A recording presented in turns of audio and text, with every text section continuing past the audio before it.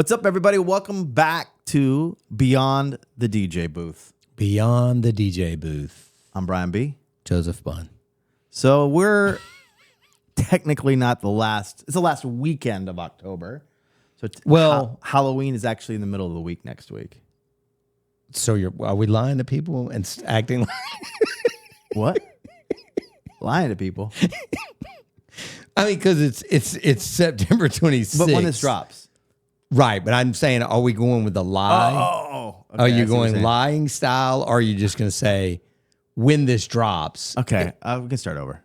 I got it. No, don't start over. Leave this. Whoever's editing this. I like this. It's a good intro. Okay. But I thought we were going to agree that, like... We said it once. I know, but like we've been wearing the same thing for 4 weeks. Okay. So when it drops, this will be the week before Halloween. Okay, fantastic. Go ahead. So where will you be playing on that Saturday? Do you have an idea? I'm playing in my house, watching Friday the 13th and going to bed at 9:30. You're talking about Halloween night. Okay, I was talking about the gig. So is that when people celebrate the weekend before? Typically. The 26th, Saturdays, October 26th? Yeah, that's when the club. Saquon and I have a huge fundraiser downtown that we do every year called One of Us for breast cancer. Okay. Lots of fun. You're doing a wedding? Yeah. Okay. So do you do a lot of Halloween parties? Or have you done a lot of Halloween parties? Me personally or the company? Just in general, you maybe? Not really. No. Okay. How about you? What's your favorite, like, have you DJed in costume before? What's your go-to, like, DJ costume that you The would wear? Joker. The Joker. Heath Ledger. Okay. Always. Drew Pierce told me that his go-to has been for like 15 years. He's a referee. He just wears the referee jersey. It's the worst, easiest, shittiest costume I can But now he think says of. I don't fit into it, so he's like, I can't. Oh, I can't wow. pull You that got to anymore. get another one? Yeah. Okay. But my daughter is like totally into costumes right now. She should be. She's like into it. So we went to the Spirit shop. Scared the shit out of her, It didn't it? did. Yeah. My did. kids were terrified up until about age 14. No exaggeration. Like Davis would not walk into Spirit until he was about 14. Crazy. But the costumes are hilarious. They're bro. great. They're great. So what do you think is the costume of the year? It's going to be... They had so much merch. I'm just trying to think of all the things that have happened in pop culture. A lot of people said Hawk Tua is going to be big. That was the one. Massive They're not displays. selling that as like a full-on costume. Wow. I mean, it was like... You'd be surprised. I would go in there and check it out. I think there's going to be a lot of Hawk Tua girls. Is she going to get paid off that? I have no idea. She should. But I found you a costume. You found me a costume? Yeah, I think this would work well. Okay. For the 26th. I think you should go with it. This is, Saquon, put this one on the screen. Just give us a look. I feel like the size isn't exactly right, but I saw this. I was like, I can totally see you doing this. That was not in there, dude. It was totally in there. Just say you swear. I Say swear. that was that Spirit. Look, it says Spirit on it. With a dick on it. Why is it a wreck right? Oh, it's a Skeleboner. Man, it gets hard with an air pump. It does. You liar. You said you promised you took that at the store. I totally swear. did. Say on my daughter. Say on my daughter. On my daughter. I totally. It was. Bro. But I think you should get that. I think that would be good. Bring up donations for the What nonprofit. are you wearing? You know what are you wearing? Mine's not a dress. I'm doing a wedding. I can't do it. Okay. I can't do it. But I think it's good. Look good for you, man. The Skeleboner. You promise. Say one more time. I promise that it was there. I promise it was there. I thought that place was family friendly. Dude, You're talking about Hawk Tua and Skeleboner. They had a full risque section. Like that was just kind of like adult. But only. Annie wasn't in there. Oh no, I just saw it over there. But was it sanctioned off? I mean, was it walled off? No, it's just like a part of like, you know, they got the princess stuff over on one side. Then they got Skeleboner sitting over somewhere else. I'm like, wow, they've gone a little risque. I don't like it. I think you pull that though, bro. I think that would be a good look for you. You know what I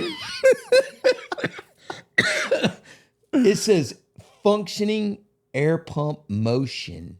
Exclamation. One size fits most. Wow, That's bro. so good. Well, anyway, welcome to the show, everybody. Wow. Happy Halloween. Happy y'all. Halloween. So, well, let's talk music, maybe. Okay.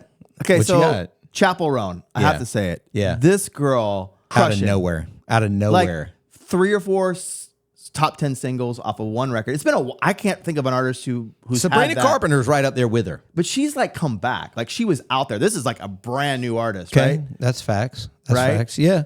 So, I mean, I'm not seeing it a ton on all of my private event requests. Yeah. But whenever I drop it, whether they have it or Madness. not, all of them go Pandemonium. off. Every song, like all 4 or 5. Right now, obviously, Good Luck Babe was the one that kind of kicked it off. Yeah, but right. Pink Pony Club, right? Yeah. Pink Pony Club. Yeah. Hot to Go, and Yeah. now she's got another new one out. That's That doing Good really Luck well. Babe. Yeah. Oh, Good that's Luck what Babe. you said. You said that. Okay. So I found a version of Good Luck Babe that I've been using peak hour. Okay. 'Cause the song is kind of, Yeah. you have to do it early, and I just didn't It comes wanna on the waste it. radio. I wake up to a radio, like an actual FM radio, and it's on there every morning. And I don't see how it goes in, but I'm curious to see what you've dug up. So this one's got just a great big drum beat. Yeah. So going into like late night after your Rihanna, you might be able to bring this in. Yeah. So this kind of brings it back. Is it 120 something? Yeah. Okay. Yeah. So you want to play it, Saquon? This is a cool version of it. Those big drums. It's fine, it's cool. Okay. You can say that we ain't nothing, but you know the truth, and guess what?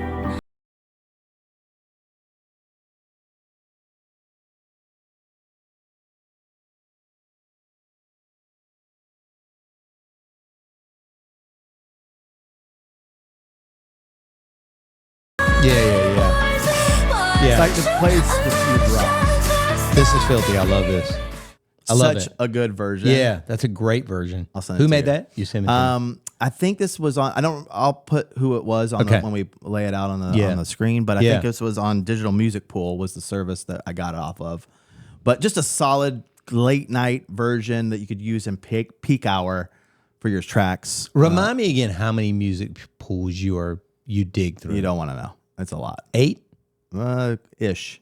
Probably more like 9 or 10. Wow. Because every one of them has their I know. uniqueness to them. I know. I Like, agree. There's a bunch man. of certain We'll talk ones about with that certain on a different editors. episode. I'm good for like 2 or 3, but like 9 or 10 is crazy. Yeah. You're legendary. Did you bring a little stack to the?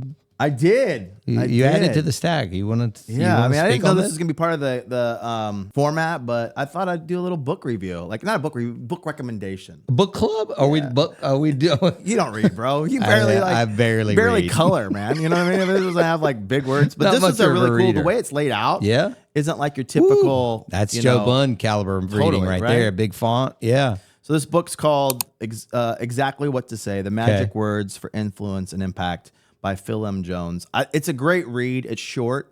It's if you're struggling or wanting to change up your sales game, it's just like phrases and things that are scientifically moving. Psychologically. Yeah, there's more to it than just like, the latest buzzword. Yeah, so like yeah. one of the phrases that I've been using in my stuff is like, are you open-minded? Is what I'll ask a client. Because my approach to the events is a little bit different than Sure. the standard DJ. Sure. And if they're not open-minded, then I'm probably not the right fit. I'll Yeah. sell one of my other DJs. Yeah. But like they're non-threatening, non-salesy kind of things. Like another phrase that he talks a lot about is imagine if. Imagine if, like, if you're trying to sell them on some creative direction that you want to go or whatever, it puts them there with that kind of thing. Again, it's non-threatening. It's not like my way is the only way, but if you want to open them up to an idea, different phrases like this, and he goes into detail on it. It's a great read. Highly recommend this book. We'll put the link under the YouTube video for y'all. You Yeah. grab that. Amazon, baby. Amazon, baby. I like that. Do we have a question this week? Did you say the same thing? I did, yeah. I think we do. Say Quizzy, what do we got? What are the very first steps when it comes to bringing on another DJ and starting a multi-op? It's really a 2-part question right there in itself. What should I have in place beforehand? What should I look for in a DJ? I mean, this is definitely a multi-part question. I guess we'll just kind of, I'll tackle it. Just You do it. a comprehensive answer here.